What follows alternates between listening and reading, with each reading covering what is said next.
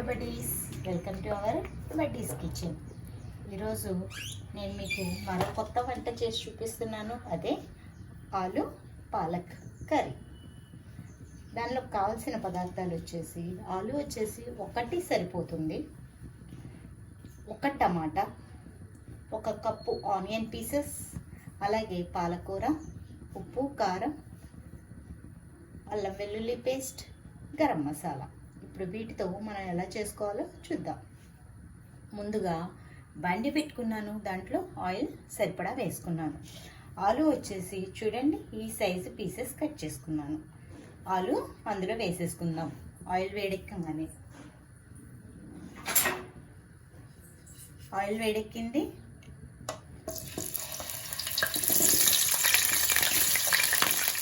ముందుగా ఆలు వేసేసాను. ఈ ఆలు కొద్దిగా ఫ్రై అవ్వగానే పచ్చిమిర్చి వేద్దాం.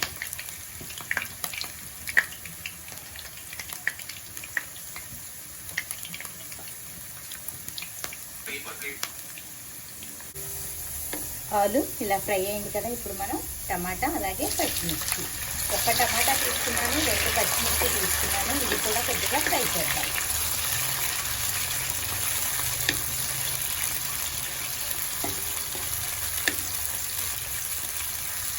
ఈలోగా వీటిని కొద్దిగా పక్కకు అనుకొని అల్లం వెల్లుల్లి పేస్ట్ కొద్దిగా వేసుకుందాం. ఇదిగో చూడండి, ఒక 1/2 స్పూన్ వేసేసాను. దాంతోపాటు ఇది సైడ్కి ఇది కూడా వేగుతూ ఉంటుంది. 1/2 స్పూన్ పసుపు,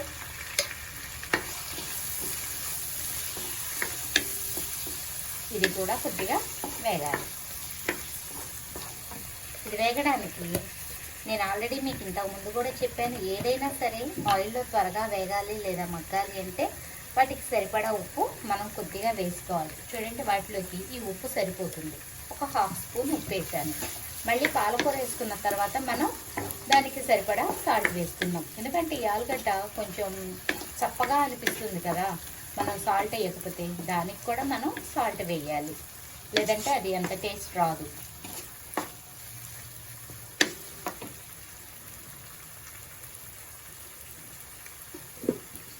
చూడండి, ఇంతవరకు మగ్గింది కదా. ఇప్పుడు మనం కొద్దిగా కరివేపాకు వేసుకుందాము.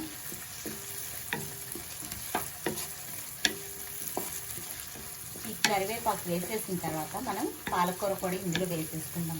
పాలకూరలో ఎప్పుడైనా కానీ ముందే సాల్ట్ మనం వేసేసుకోకూడదు. ఎందుకంటే పాలకూర చూడటానికి ఒక గంపడు ఉంటుంది, అవ్వడానికి చిన్న గిన్నెడు అవుతుంది. కాబట్టి ఎప్పుడైనా కొంత మగ్గిన తర్వాతే మనం పాలకూరలో సాల్ట్ వేసుకోవాలి.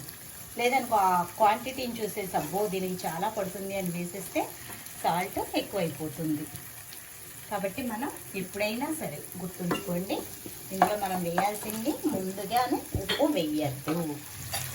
కరివేపాకు తర్వాత ఇదిగోండి ఆనియన్స్ వేసేసాను. ఆనియన్స్ కూడా మగ్గిపోవాలి, మగ్గడం కాదండి, ఇది కొంచెం బ్రౌన్ కలర్లో వచ్చేసేయాలి. ఈలోగా మనకి అందులో వేసిన ఆలుగడ్డ కూడా 60% వరకు మగ్గిపోతాయి. ప్రెజెంట్ లేడీస్ వచ్చేసరికి ఐరన్ లోపంతోనూ బ్లడ్ తక్కువ ఉండటం వల్ల, కాల్షియం తగ్గడం వల్ల చాలా సఫర్ అవుతూ ఉన్నాం. కాబట్టి పాలకూర తినడం వల్ల మనకి దానికి కూడా యూజెస్ ఉంటాయి. ఎంతో హెల్తీగా ఉండొచ్చు. పాలు తాగాలి లేదా ఇంకేదో మెడిసిన్ తీసుకోవాలి అంటే ఎవరిలోనూ అంత ఓపిక లేదు. కాబట్టి ఇలాంటి పాలకూర లాంటివి తీసుకుంటే మనం మెడిసిన్ దాకా వెళ్ళాల్సిన అవసరం లేదు.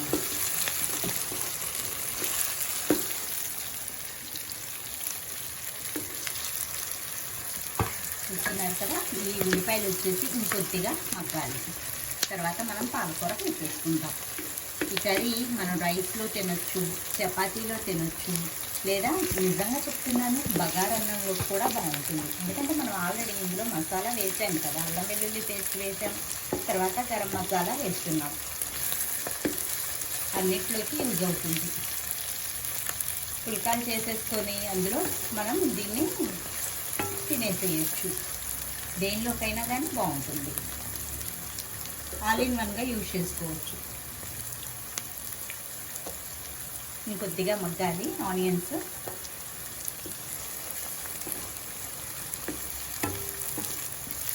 ముందుగా ఆనియన్స్ వేస్తే అది కొద్దిగా బ్రౌన్ కలర్ వచ్చేస్తే బాగుండదు అని చెప్పేసి, అంతా గ్రేవీ లాగా అనిపించదు అని నేను ఆలుగడ్డ, తర్వాత టమాటా, పచ్చిమిర్చి, ఆ తర్వాత కరివేపాకు వేసిన తర్వాతే నేను ఆనియన్స్ వేసాను. ఇప్పుడు ఏంటంటే మగ్గిపోతుంది, బాగుంటుంది అని.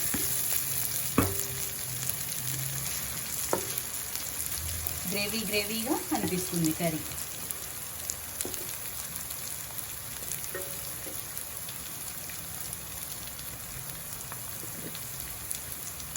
మన గురించి ఇంట్లో వాళ్ళు ఎవ్వరు పట్టించుకోరు.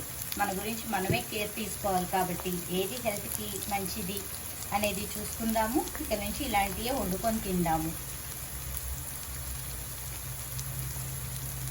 చూస్తున్నారు కదా, అది మగ్గింది. ఇప్పుడు నేను పాలకూర అందులో వేసేస్తున్నాను. దీనిలోకి అసలు వాటర్ అనేది యూజ్ చేయకూడదు. యూజ్ చేస్తే బాగుండదు. ఈ పాలకూరలో కొద్దిగా మగ్గేటప్పుడు వాటర్ వస్తుంది కదా, దాంతోనే మనకు సరిపోతుంది. మీరు అబ్జర్వ్ చేసే ఉంటారు, నేనైతే సాల్ట్ వేయలేదు. ఓన్లీ ఆలుగడ్డ, టమాటా మగ్గడానికి మాత్రమే వేశాను. ముందే వేస్తే చెప్పాను కదా.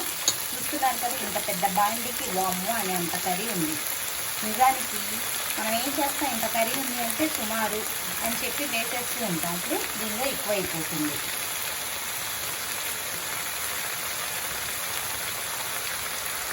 దీనిపైన మనం కొద్దిగా మూత పెట్టుకున్నాం. ఆ తర్వాతే మనం సాల్ట్ వేద్దాం. ఎందుకంటే ఈలోగా అందులోకి వాటర్ వచ్చేస్తుంది కాబట్టి మూత పెట్టి కాసేపు ఇచ్చేద్దాం. తర్వాత స్టార్ట్ చేద్దాం మళ్ళీ.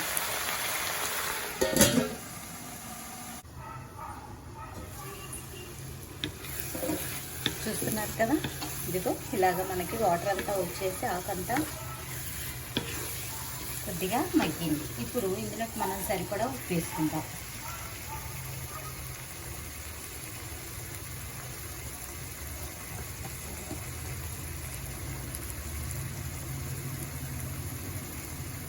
నాకైతే 3 స్పూన్ పడుతుంది. ఎందుకంటే నేను ఇందాక జస్ట్ కొద్దిగా వేసాను. మీరు వేసుకునేటప్పుడు మీ కొలతను బట్టి వేసుకోండి. ఇప్పుడు మళ్ళీ దీనిపైన మూత పెట్టేసి మగ్గనిద్దాం. కారం ఇప్పుడే కాదండి, ఇంకొద్దిగా మగ్గిన తర్వాత వేయాలి.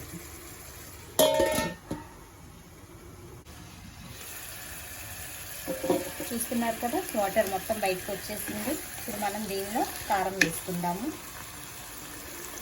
దీనిలోకి కారం ఎక్కువగా పట్టదండి, చాలా తక్కువ పడుతుంది. నేను చిన్న స్పూన్తో 1.5 స్పూన్ వేసుకున్నాను. ఎందుకంటే పచ్చిమిర్చి వేసాము, అల్లం వెల్లుల్లి వేసాము, అలాగే గరం మసాలా కూడా వేస్తాం కాబట్టి చాలా తక్కువ పడుతుంది. ఇప్పుడు ఆయిల్ మొత్తం బయటకు వచ్చేదాకా ఉడకనిద్దాము.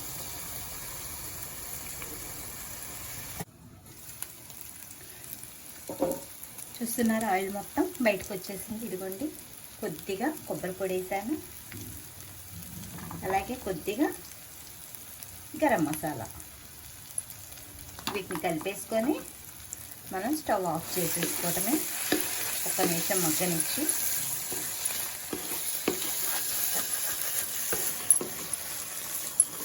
ఎమ్మి పాలకూర ఆలు తయారైంది. బడ్డీస్ కిచెన్ సబ్స్క్రైబ్ చేయండి, లైక్ చేయండి, షేర్ చేయండి, అలాగే పక్కనున్న గంట సింబల్ని ప్రెస్ చేయండి.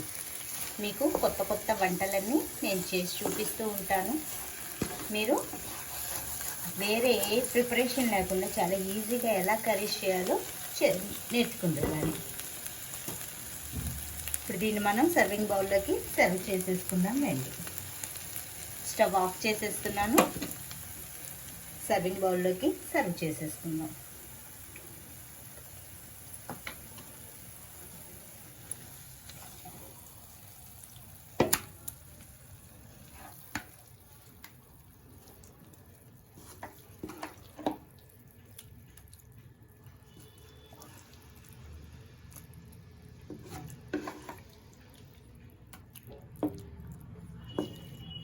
దీనిపైన మనకి వేరే డెకరేషన్తో కూడా పని లేదు.